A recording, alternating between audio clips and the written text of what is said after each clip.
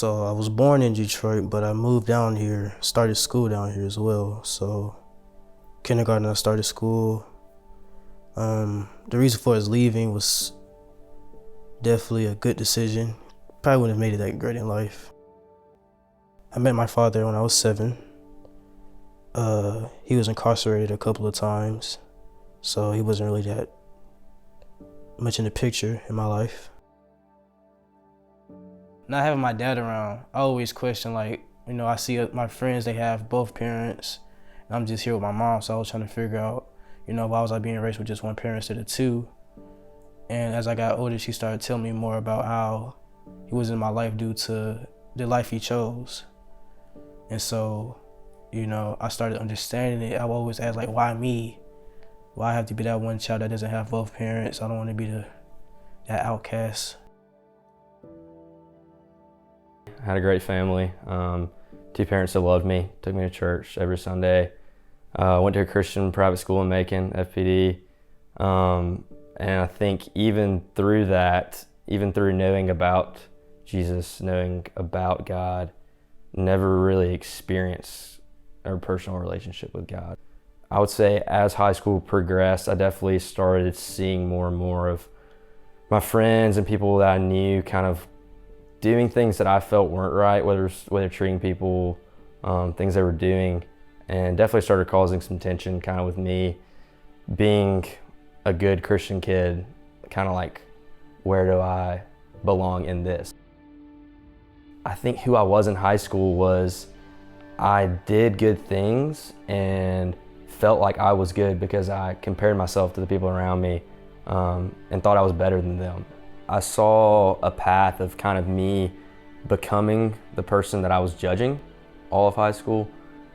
These people in my grade and in high school that I looked at and internally and condemned for not being as good as I was, I slowly became, and I found myself senior year. I was doing the same things they were. I was starting to drink. I was starting to do stuff with girls that I shouldn't have been doing. I was starting to go places I shouldn't have been, lying to my parents, and became the person that I had judged. So, Young Life, I went in, they were all loud, rowdy. I'm like, well, these guys are crazy. They was just like, oh, come on in, let's have some fun. They were having like raffle ticket games, throwing tissue around, wrapping people up like a mummy and things like that. And I wasn't really sure what was going to go from there, honestly. And so then they started opening about, a Young Life leader will open up about their personal story and read scripture and how it related to them and how I helped them. And I could definitely, relate to that for sure. So just to see, these people, I assume, oh, they have great lives, but no, everybody has their own stories. So for Young Life Club, for me in high school it was my favorite night of the week. Playing around with the guys, laughing with Robert and my friends, go inside, sing songs, do a raffle, get to hear one of the leaders speak about Jesus, sing some worship songs, and then go to Chick-fil-A afterwards. I wish we could have done it every night. It probably would have gotten old, but maybe not. It was so great. EJ is my Young Life leader. When I first met him, he was very outgoing. I wasn't expecting him to, behave the way he did, the way he react to other people, and his energy was very not what I seen before. First meeting with Robert, honest first impressions, who is this weird, goofy guy with a goatee coming to my high school? Played football for Mercer at the time. I think had a torn ACL or a broken leg or something, was on a scooter. So who is this guy scooting around my lunchroom talking to high schoolers?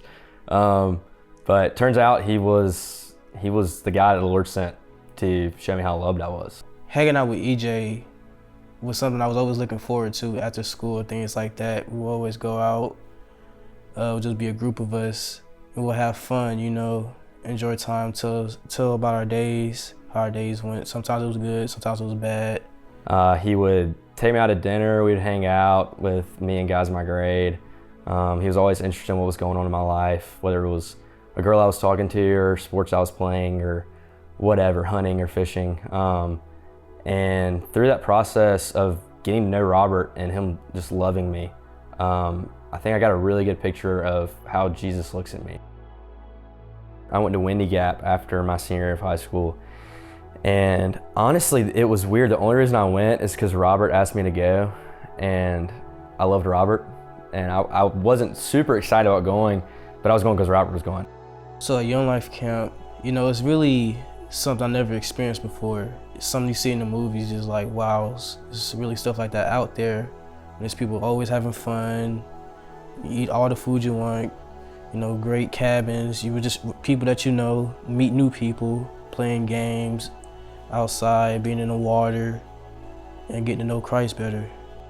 So what I learned at Young Life Camp was, you know, obviously everybody's different. They always have their own personal stories.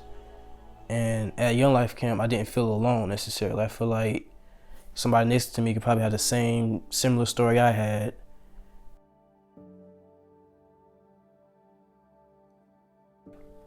So I remember sitting in Young Life Club, listening to my friend speak about the trouble he'd gotten in and the really dark period that he went through following that, and hearing him speak about Jesus and how Jesus had met him in that moment and wrapped him up in his arms and made him feel loved.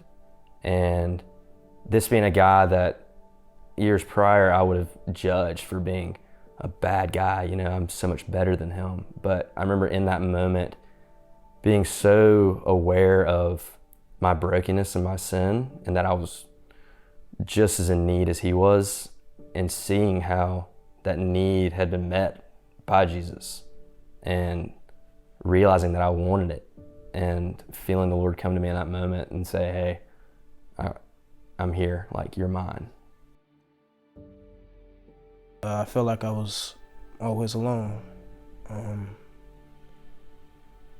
I didn't think I really fit in places that I wanted to fit in, but I just feel like I couldn't because I didn't have the resources for that. I started understanding more how I can get closer with God and people that knew of God and was learning just as much as I was. And before I didn't, I just felt like it was too late, you know, you're done. So Young Life helped me understand how great God is actually. Not to be cliche or anything, but he really actually shows you what he can do for you if you let him. I wanted to lead going into college. I would say coming out of that experience, my senior year, meeting Jesus, feeling, knowing that love, and wanting to share what we at Young Life call the greatest love story ever told, the cross.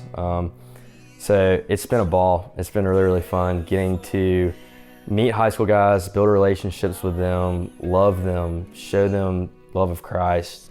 And it's been really, really cool getting to be to them what my Young Life leader was to me.